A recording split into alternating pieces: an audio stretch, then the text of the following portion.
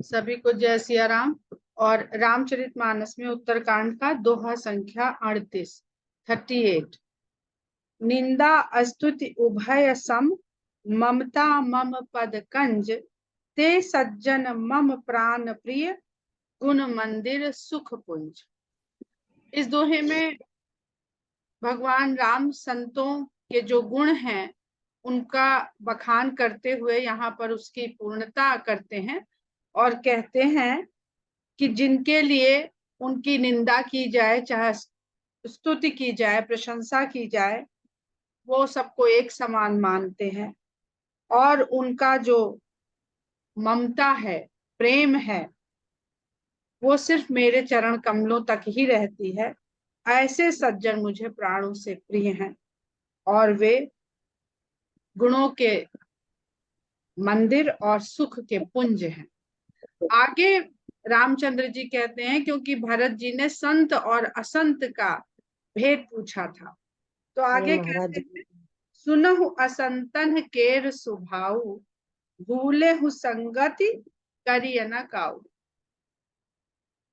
अब ये वचन स्वयं भगवान राम के हैं, तो इनको जितना ज्यादा सुन सकते हैं, जितना ज्यादा सीख सकते हैं, वो स्वयं बैठ के सिखा रहे हैं आपको। तो अगर इसको खाली हमने कथा की तरह सुना तो हमारे से बड़ा अभागा कोई नहीं। इसलिए बहुत ध्यान से इसको सुनिए। कहते हैं कि अब असंतों का स्वभाव बताता हूं, वो सुनो। स्वभाव बताने से पहले ही कह देते हैं कि भूले हु संगत करी न काऊ। इनकी भूले से भी कोई भी संगति ना करे। मतलब सबसे पहले तो जो बताई जाएंगी बातें वो हमें अपने में ढूंढनी होंगी कि क्या वो हमारे भीतर तो नहीं है कहीं। संगत तो बात की बात है, हम कह देंगे भाई उनके अंदर तो ये चिन्ह है जो हमें बताएगा, टिक दिस टिक टिक टिक टिक, हम इनकी संगति नहीं करेंगे। पर उससे भी पहले, उत्तरकांड से पहले अरण्य कांड में सती अनुसुईया का जिक्र है। और अनुसुईया का अर्थ होता है जो किसी में दोष देखने की क्षमता ही न रखता, उसको अनुसूया कहते हैं। असूया और अनसूया। असूया जो सदा सबके दोष देखे, जिसके पास इतनी बढ़िया क्वालिटी हो कि फट से कोई सामने आया और उसने पूरा उसका ऊपर से नीचे तक सारे दोष बता दिए कि मेरे अंदर तो ऐसी क्षमता है कि इंसान का मुंह देख ले तो उसके मन तक का हाल पढ़ लेते हैं। बहुत मिलते हैं ऐसे कहने वाले, तो सब असूया है। अनुसूया वो है जो किसी के दोष ही ना देखे।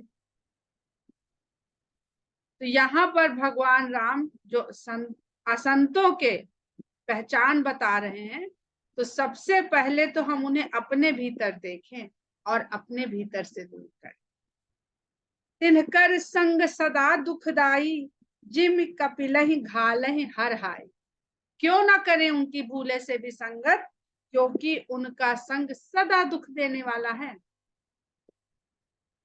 पार्टी कर रहे हैं, बढ़िया बढ़िया खा रहे हैं, रोज खा रहे हैं, तो एक ना एक दिन हाइपरटेंशन होएगा, फैट बढ़ेगा, कोलेस्ट्रॉल बढ़ेगा। बहुत छोटी बात बता रहे हैं जो बिल्कुल भौतिक शरीर से रिलेटेड है।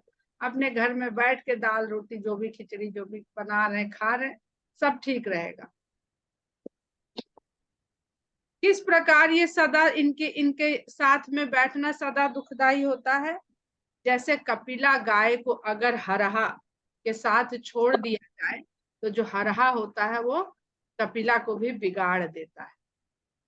उसके वो लेके, तो कपिला गाय कौन से जीन्स को लेकर के जन्मी है इस धरती पर, लेकिन अगर हरहा की संगत में छूट जाए तो भी जहां कहीं मुंह मारने लगेगी, कूड़ा कचरा सब खाने लगेगी, और जैसा खाएगी वैसा ही उसका चित्त वृत्ति प्रवृत्ति सब बन जाएगी, वैसा ही पैर स्रवित करेगी, वो भी अवगुणों से भरा हुआ होगा। आजकल देखिए तो डॉक्टर हर एक तरफ से, भारत में नहीं अमेरिका से लेके भारत, यूरोप, सब जगह दूध पीने को मना करता है, दूध मत पीजिए। क्यों मना कर रहे हैं? हमारा देश जहां पशुधन सबसे बड़ा धन था, जहां गोकुल 1-1 लाख गायों के स्वामी थे, क्या करते थे उस? और भगवान कृष्ण ने हमें क्या शिक्षा दी? खूब दूध दही मक्खन ये सब खाओ। उस मैं म्यूट रखिए अपने आप को। वहां दूध के लिए, स्वास्थ्य के लिए उसको बहुत अहितकर बताया जा रहा है, क्योंकि सब हरहा हो गए। गांव से जो लोग रिलेटेड है वो हरहा शब्द को समझते होंगे। खलन हृदय अतिताप विसेखी, जरहि सदा पर संपत्ति देखी। अब उनकी पहचान बताना शुरू कर रहे हैं कि खलन हृदय अतिताप विसेखी, जो असंत लोग होते हैं, दुष्टता उनके हृदय में रहती है, इसलिए उन दुष्टों के हृदय में हर समय एक अतिताप, विशेष रूप का ताप प्रज्वलित रहता है, हृदय जलता रहता है हर समय। जर ही सदा पर संपत्ति देखी, किसी दूसरे की संपत्ति देखेंगे तो फट से आग लग जाएगी, जलने लगते हैं, ईर्ष्या करने लगते हैं। जहां कहूं निंदा सुनहि पराई, हर सही मनहु परिनिधि पाई। और अगर किसी की निंदा सुनने को भी मिल जाए, किसी दूसरे की, पराये की निंदा सुनने को भी मिल जाए, तो ऐसा हर्ष उनके हृदय में भर जाएगा, मानो पड़ी हुई निधि सड़क पे पड़ी हुई पाली, आज बटुआ मिल गया है लाखों डॉलर से भरा हुआ, ऐसे हर्षित हो जाते हैं। काम क्रोध, और अगर ये हैं आपके भीतर, तो इन पे काम करना शुरू कर दीजिए। कुछ मत मांगिए भगवान से, कुछ मत मांगिए, बस ये मांगे कि हे भगवान, हमारे हृदय की इस दग्धता को कम करो, हमारे हृदय के इस ताप को कम करो, हमारे हृदय से इस ईर्ष्या को लोप करो। क्योंकि जहां ईर्ष्या बैठी, गर्म जगह में भगवान कैसे बैठेंगे आकर के? आपने सीट तपा रखी है, आप बाहर जाते हो, कार खड़ी कर देते हो, जून के महीने में बैठने जाते हो, बैठ नहीं पाते हो, मोटरसाइकिल में तो कतई नहीं बैठ पाते हो। तो ऐसी जलती हुई सीट हृदय की बना रखे हैं, लाख पूजा कर रहे हो आप, खूब आवाहन कर रहे हो, खूब सिंहासन सजा रहे हो, आसन बिछा रहे हो, पुष्प चंदन घी सब लगा रहे हो, पर भगवान का जो हृदय रूपी आसन है वो तो तपता हुआ है, वो भगवान बैठ ही नहीं पाएंगे। अपने लिए तो एसी चला रखा है और भगवान के लिए जलती हुई सीट बिछा रखी है। तो अगर आप गर्मी में नहीं रह सकते हैं, तो हम लोग सगुण उपासक हैं, इस शरीर से भगवान की साधना करते हैं। काम क्रोध मद लोभ परायण, निर्दय कपटी कुटिल मलायन। अब उनका परायण क्या है? जो संत है उनका परायण था कि उनका परायण तो सिर्फ भगवान के चरण ही उनके परायण। इनका परायण क्या है? काम, क्रोध, मद, लोभ। और बड़े निर्दयी होते हैं, कपटी होते हैं, सदा कुटिल चाल चलने में इनका लगा रहता है मन, और मलायन, पाप के घर होते हैं। अगर ईर्ष्या आई मन में, तो ये सब साथ में उस घर में एक एक कमरे में सब वास कर लेते। उस हृदय के कोने कोने में कामना रहने लगती है, निर्दयता रहने लगती है, कपट, कुटिलता, ये सब रहने लगते हैं, क्रोध, लोभ।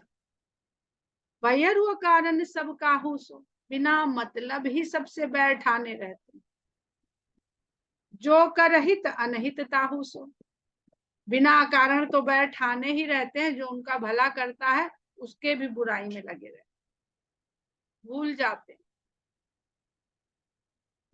झूठा ही लेना, झूठा ही देना, झूठा ही भोजन, झूठ जबे। जब इतने सारे बुराइयां, इतनी सारी बुराइयां उनके मन में, हृदय में व्याप्त हो जाती हैं, तो उनको चलाए रखने के लिए हर समय झूठ का ही सहारा लेना पड़ता है। झूठ बोलेंगे, झूठ कहेंगे, झूठ सुनेंगे, झूठ खाएंगे, झूठ चबाएंगे। बोल ही मधुर बचन जिमि मोरा, बोली तो ऐसे लगती है जैसे मोर की बोली। खाई महा अहि हृदय कठोरा, लेकिन अगर सांप खा ले तो उसे भी पचा लेंगे। अर्थात बोली के तो मीठे होते हैं, मन के बड़े विषैले, मन के बड़े विष भरा होता है मन। तो किसी की बोली मीठी मीठी है, लाख कहा जाता है, पर उस पे जाइए नहीं। पर द्रोही पर दार रत पर धन पर अपवाद, ते नर पावर पापमय देह धरे मनुजा। पर द्रोही, दूसरों से सदा द्रोह रखेंगे, किसी का भला हो जाए वो उनके दिमाग में ना आएगा, ना बोलेंगे, ना कहेंगे, ना चाहेंगे। परदार, दूसरे की स्त्री में उनका ध्यान लगा रहेगा, दूसरे के धन पर उनका ध्यान लगा रहेगा। और सबसे ज्यादा मजा ये सब नहीं मिल रहा है करने को, तो पर निंदा में तो बड़े मजे से लगे रहते हैं। उसमें क्या जाता है किसी का, न किसी का लिया न दिया, पर आनंद पा लिया पर अपवाद का, पर निंदा का। ऐसे लोग बड़े ही गिरे हुए होते हैं, और वह मनुष्य की देह को खाली धारण कर खाली पाते हैं, पर पाप ही पाप से भरे हुए रहते हैं। ते नर पावर पाप मय देह धरे मनुजात, मनुष्य का शरीर पाकर भी वो पाप से भरे हुए राक्षस ही होते हैं। तो कौन राक्षस हैं, इसका यहाँ पे भगवान राम ने खुद ही बता दिया, और किस तरह के राक्षसों का वध वो करके आ रहे हैं ये भी बता दिया। उत्तरकांड में आकर के जो सारी बात है वो कथा वस्तु से हट जाती है। और ये जो पूरी कथा, राम कथा हम लोगों ने सुनी, जो रामलीला के रूप में खूब दिखाई गई, उस कथा का जो तात्पर्य है, जो भाव है, उसकी बातचीत यहाँ पर होती है। लोभई ओढ़ई लोभई दासन, लोभई ओढ़न लोभई दासन, सिसनो दर पर जमपुर त्रासन। अब जब इस तरह के भाव होते हैं तो लालच बढ़ता है, मेरे पास ये हो जाए, मेरे पास दूसरे का द्रोह, मतलब दूसरे के पास कुछ ना हो, सब हमारे पास हो जाए। तो लालच इतना बढ़ जाता है ऐसे लोगों का। जैसे रावण क्या था, भाई सोने की लंका थी, मंदोदरी जैसी सती पत्नी थी, और मंदोदरी के अलावा असंख्य रानियां और अनेक उसके पास ऐसी भोग्या स्त्रियां भी थी, कोई कमी नहीं, फिर भी उसको सीता चाहिए। तो ये लोभ है, लोभ ही उसका ओढ़ना है, लोभ ही बिछौना है। और शिश्नो दर पर, उसका जीवन केवल शिश्न और उदर पर आश्रित रहता है।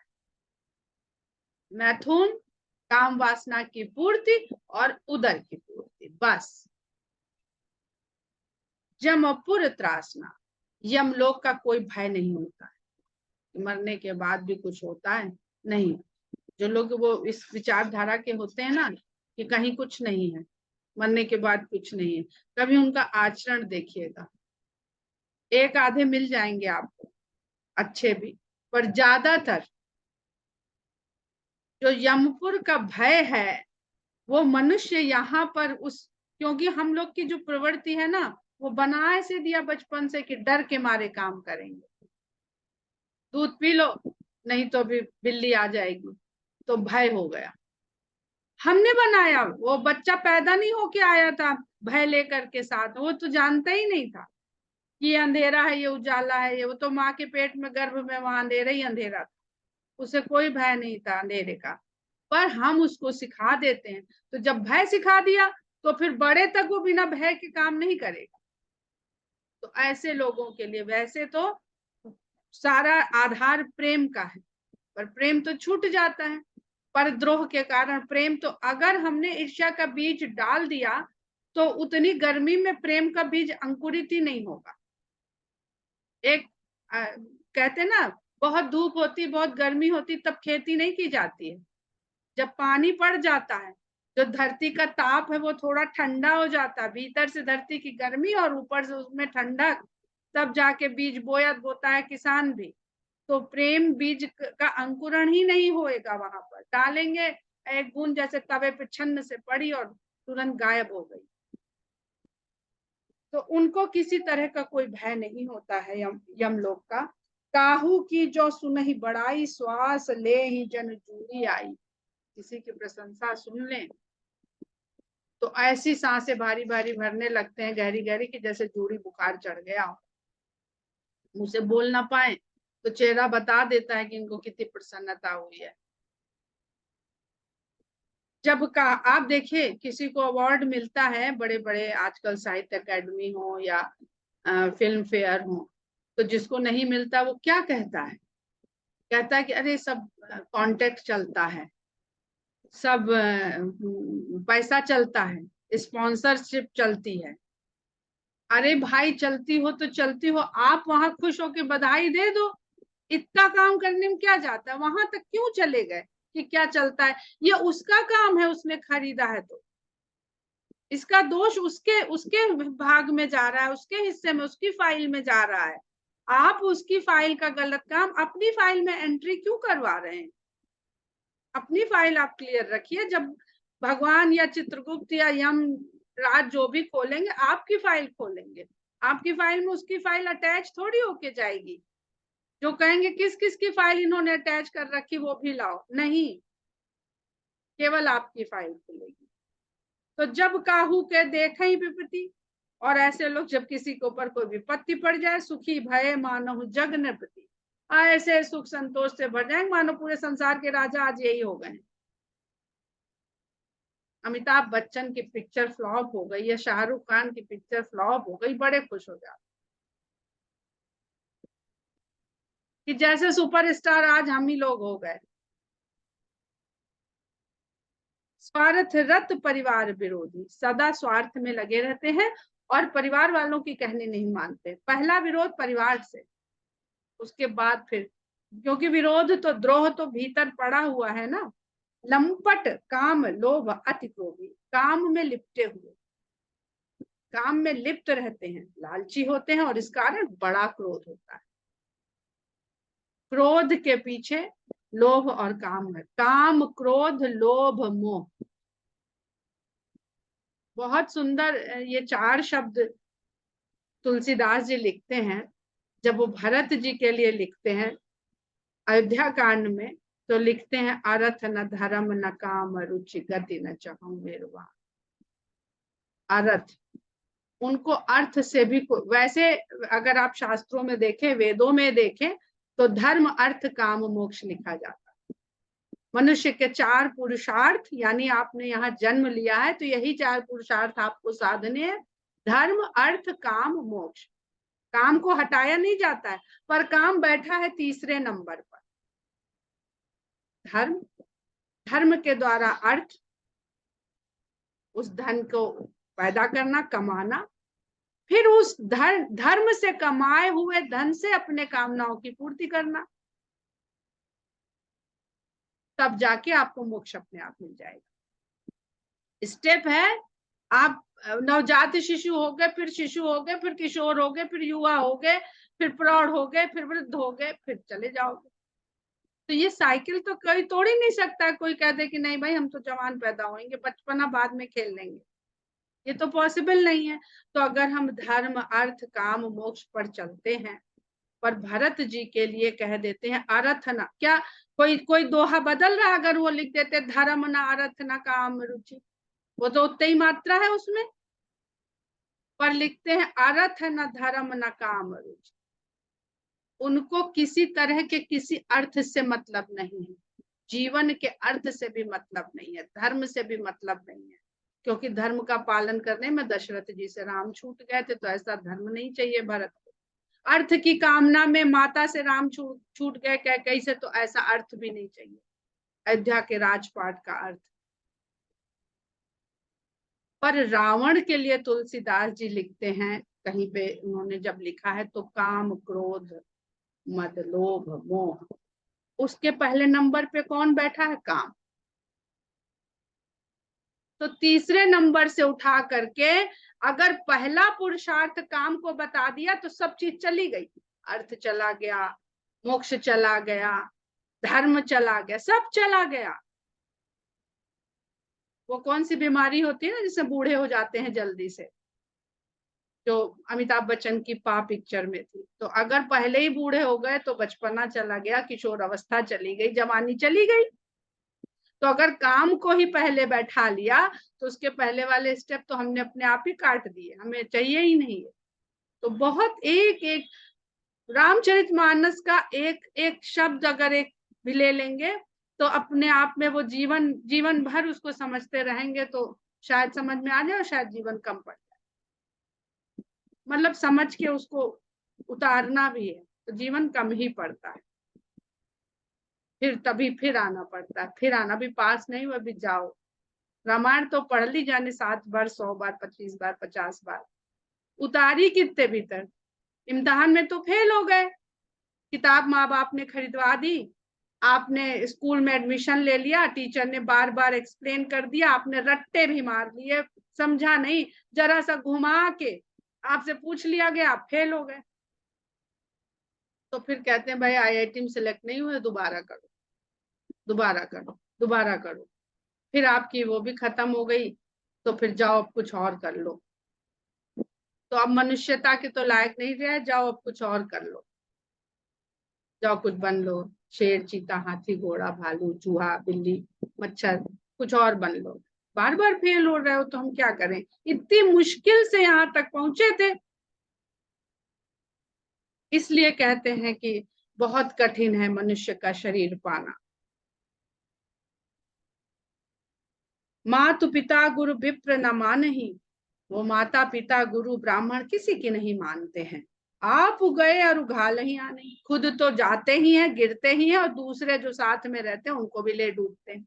कर ही मोह बस द्रोह पराओ। और ये पराये का द्रोह क्यों कर रहे हैं, सिर्फ मोह के वशीभूत होकर के कर रहे हैं। कौन सा मोह, ये लंका मेरी है, ये सीता मेरी है, ये राज मेरा है, कोई दूसरा कैसे अपना नाम कर सकता है। तो मोह के वश, और चले गए, रह नहीं गए वो भी। संत संग हरि कथा न भावा, उनको संतों का साथ और भगवान की कथा बिल्कुल नहीं भाती है। अवगुण सिंधु मंद मति कापी, अवगुणों के समुद्र हैं और मंद मति और कामी है। वेद विदूषक परधन स्वामी, वेदों का मजाक उड़ाने वाले, विदूषक कहते हैं ना, विदूषक हो क्या, जोकर। तो वेदों का मजाक उड़ाते, देख लीजिए, चले जाइए जो आजकल वो होते हैं ना स्टैंड अप कॉमेडी शो, वो कभी देख लीजिए, उसमें किस तरह से अच्छी बातों का मजाक उड़ाया जाता है। और परधन स्वामी, दूसरे का धन मिल जाए तो उसके स्वामी बन जाए। रावण क्या, कुबेर से लंका भी छीन लिए, कुबेर से पुष्पक भी छीन लिए। विप्रद्रोह पर द्रोह विशेषा, वैसे तो सबके द्रोही होते हैं पर ब्राह्मणों में विशेष रूप से द्रोह रहता है ब्राह्मणों के प्रति। अब विप्र का अर्थ वही समझिएगा जो प्रबुद्ध होते हुए विनम्र होता है, ये ना भूल जाइएगा। हम अगर मिश्रा जी लिख रहे हैं तो हमारा कोई द्रोह करे और हम सोचें कि इसका तो अपने आप भगवान इसका बुरा कर देंगे, अरे तो हमने क्यों सोच लिया अपने मन में कि बुरा कर देंगे। हमने जहां उसकी बुराई सोची हम परद्रोह में आ गए। हम इस खाने से, संत के खाने से उठ के असंत के खाने में हमने अपने आप को उठा खुद ही रख दिया। हमारा काम थोड़ी है ये सोचना। दंभ कपट जिय धरे सुबेसा, उनके हृदय में तो दंभ और कपट भरा रहता है पर ऊपर से सुंदर वेशभूषा बनाए रहते हैं। ऐसे अधम मनुज खल कृत जुग त्रेता नाही, रामचंद्र जी कह रहे हैं कि हे भरत, ऐसे नीच मनुष्य, ऐसे नीच और दुष्ट मनुष्य कृतयुग, सतयुग और त्रेता में तो होते ही नहीं। अब ये त्रेता की बात कर रहे हैं जहां रावण हो चुके हैं, पर रावण हो चुके हैं तो उनको समाप्त भी कर दिया गया है। द्वापर कछुक वृंद बहु हुई ही कलयुग माय, द्वापर में कुछ एक समूहों में मिलेंगे ऐसे नीच लोग, लेकिन कलयुग में तो देव भरे रहेंगे। हुई ही कलयुग माय, बहु हुई ही कलयुग माय। अब जो हमने बताया था पहले भी कि सतयुग में तो केवल सज्जनता ही सज्जनता थी, संत ही संत थे। जहाँ सृष्टि की गई वहां, यहाँ से वहां तक, जहां तक देखिए कोई भी असंत नहीं था। त्रेता में आते आते थोड़े बुरे विचारों वाले लोग हुए तो उनको अलग रख दिया गया, भाई इनको मिक्स मत होने दो, ये वो अभी पढ़ा ना कि कपिला को भी खराब कर देंगे, तो भाई इनको अलग रखो। छोटा सा, पूरे पृथ्वी में लंका कितना बड़ा है, और जिसको हम लोग आज माने बैठे हैं, हम लोग वही बात करेंगे, यहाँ थी कि नहीं थी उस पर नहीं जाएंगे। तो पूरे पृथ्वी में जहाँ पे जमीन भूमि थी, जहाँ पे लोग रहते थे, सभ्यताएं थी, वहां पे इतने छोटे से जगह में बुरी प्रवृत्ति के लोग रहते थे, जो लोभी थे, कामी थे, दुष्ट थे, दूसरे को कष्ट देने वाले थे। और द्वापर में आते आते आते आते वो एक ही घर में आ गए, बढ़ते बढ़ते बढ़ते बढ़ते। जैसे कहते हैं ना, गंगा जी जब तक पवित्र है उसमें थोड़ी अपवित्रता मिलती है, वो डाइल्यूट हो जाती है, उसका कोई फर्क नहीं पड़ता। पर इतनी मल इतना मल इतना मल मिलाते हैं कि गंगा कानपुर में आई है, गंगा के पानी और नाली के पानी में कोई फर्क ही नहीं, आप पी नहीं सकते उसे। तो इतना हमने मल मिला दिया कि द्वापर में वो आते आते एक परिवार में आ गए, और कलयुग में आते आते इतना हमने मिलाया, इतना कर्मों का। वो एक पिक्चर अभी देखी थी, उसमें बड़ा अच्छा एक डायलॉग था कि वो कहता है, एक टीचर होता है, तो बच्चे पूछते हैं कि रेगिस्तान में रेत कैसे आ गई, तो वो कहता है कि यहाँ बहुत हरियाली थी, पर भगवान ने कहा कि जब कोई एक गुनाह करेगा तो यहाँ एक रेत का कण पैदा हो। तो लोगों ने सोचा कि इतनी हरियाली में एक रेत के कण से क्या नुकसान हो जाएगा, और आज वो हरियाली खत्म हो गई और रेत ही रेत रह गई। दूसरी बात, दूसरा बच्चा पूछता है कि समुद्र का जल खारा कैसे हो गया, भगवान ने थोड़ी खारा बनाया था। तो वो कहता है कि समुद्र का जल तो मीठा था, पर भगवान ने कहा कि जब तुम एक गुनाह करोगे, मनुष्य के लिए दिया था, कोई कमी ही नहीं थी, तो भगवान ने कहा मनुष्य तुम एक गुनाह करोगे तो एक बूंद खारी हो जाएगी। तो इतना बड़ा समुद्र है, एक बूंद खारी हो गई तो क्या फर्क पड़ता है। तो आज इतने गुनाह हमने कर दिए कि पूरा का पूरा समुद्र ही खारा हो गया। तो वही हाल कलयुग में हो गया कि इतने गुनाह हमने कर दिए, इतना मल इतना हमने अपने भीतर भर लिया कि हर मनुष्य के भीतर वो असंत आकर के, वो दुर्जन आकर के बैठ गए हैं। तभी हमारा विचार कभी अच्छा होता है, कभी बुरा होता है। दिन भर में हम जाने कई बार संत होते हैं और कई बार असंत होते हैं। परहित सरिस धर्म नहीं भाई, पर पीड़ा सम नहीं अधमाई, निर्णय सकल पुराण वेद कर कहे उतात जानी। अब भगवान राम कहते हैं कि वेद पुराण शास्त्र का जो निचोड़ है वो बस इतना सा है, हम बता देते हैं, बहुत बहुत सारे श्लोक पढ़ने की आवश्यकता नहीं है। बहुत ज्ञान की भारी भारी पुस्तक समझने में मनुष्य कहाँ अपने आप को लगाएगा। तो भैया, सभी वेद और पुराणों का जो निर्णय है, अंतिम निर्णय है, वो हम कह देते हैं, हे तात जिसको सभी विद्वान लोग जानते हैं, कहे तात जान ही कोविद नर, इसे सभी विद्वान लोग जानते हैं। हे तात, मैं वो तुमसे कहता हूं कि परहित सरिस धर्म नहीं भाई, पर पीड़ा सम नहीं अधमाई। जो लोग कहते हैं ना कि धर्म को हटा देना चाहिए, धर्म को खत्म करना चाहिए, कर देना चाहिए, सारा झगड़ा धर्म की वजह से, उनको सिर्फ एक ये चौपाई सुना देनी चाहिए कि धर्म को आप समझते क्या हो। धर्म का स्वरूप ही हमने, आज मेरे बच्चे पूछते हैं कि अम्मा रिलीजन और धर्म में क्या अंतर है। नर शरीर धरिजे पर पीरा, करहित सहहि महाभव बीरा। नर का शरीर धारण करके जो दूसरों को पीड़ा पहुंचाते हैं, करहित सहहि महाभव बीरा, जो ऐसा करते हैं वही इस संसार में महान कष्ट को, जिसको भव सागर के कष्ट कहे जाते हैं, वो भोगते हैं बस, और कोई नहीं भोगता। न कोई आपको कष्ट पहुंचा रहा है, अपना अपना खाता आपने इस संसार में खुलवाया है, आपने जो जमा किया है वही आपको मिल रहा है बस। रामचंद्र जी ने कहा है ना कैकेयी के लिए, लक्ष्मण जी से भी कहा है, भरत जी से भी कहा है कि वो कोई किसी का दोष नहीं। करहि मोह बस नर अघनाना, स्वार्थ रत परलोक नसाना। मोह के वशीभूत होकर के मनुष्य अनेक प्रकार के पाप करता है और स्वार्थ में रत होकर के अपने परलोक का नाश कर देता है।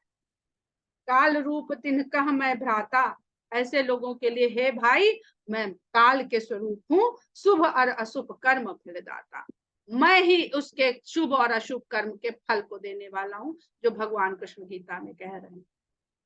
तो कोई आपने बैंक में संसार की भगवान ने जो ये संसार रूपी बैंक खोला है, इसमें आपको भेज दिया गया, आपका खाता खुल गया उसी समय, और आपने अपने कर्मों से उसमें जमा करना शुरू किया, वो आपको मिलना शुरू हो गया। अस विचारी जे परम सयाने, ऐसा विचार करके जो महाप्रबुद्ध लोग हैं, भजहि मोहि संसत दुख जाने, वो इस संसार को दुख का स्वरूप जानते हैं, मानते हैं, इसलिए सब सिर्फ मुझे भजते हैं। भजते भजते भजते भजते नीच कर्मों से प्रवृत्ति हटती है।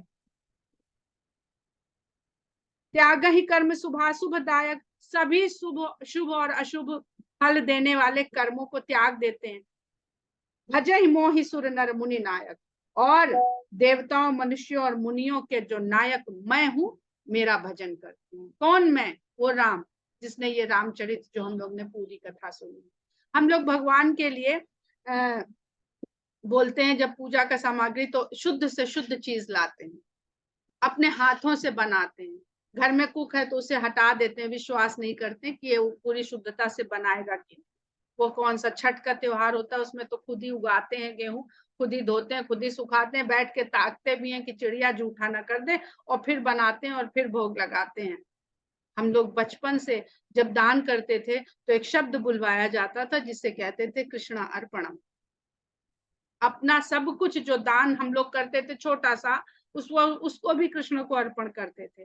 तो ऐसे गंदे कर्मों को क्या हम भगवान को अर्पण कर सकते हैं? तो भगवान जो ये कह रहे हैं, भज ही मोह सुर नर मुनि नायक, जब हम उनको भजते हैं, कुछ चढ़ाना नहीं, हम अपने गंदे कर्म कैसे उनको चढ़ा सकते हैं, कैसे उनको अर्पण कर सकते हैं। संत असंतन के गुण भाखे, ते न पर ही भव जिन्ह लखि राखे। मैंने संतों और असंतों के ये सारे गुण कह दिए हैं। ते न पर ही भव जिन्ह लखि राखे, जो इनको समझ लेते हैं अच्छी तरह से, वो इस जन्म मरण के चक्कर में नहीं पड़ते हैं। सुनो तात माया कृत गुण अरु दोष अनेक, गुण यह उभय न देखिए, देखिए सो अविवेक। तो हे तात सुनो, इस संसार में जो भी गुण और दोष दिखाई पड़ रहा है, वो सब माया का रचा हुआ है, वो कुछ भी सच्चा नहीं है। गुण यह उभय न देखिए, उसमें गुण इसी में है, आपकी होशियारी इसी में है। आपका गुण क्या है कि इन गुण और दोषों किसी को भी सच्चा न समझिए, इनको देखना ही अविवेक है। बहुत गूढ़ दोहा है, इसको खूब पढ़िए, खूब समझिए। और कल इसी दोहे से आवश्यकता हुई तो इसी दोहे से आरंभ करेंगे। जय सिया राम।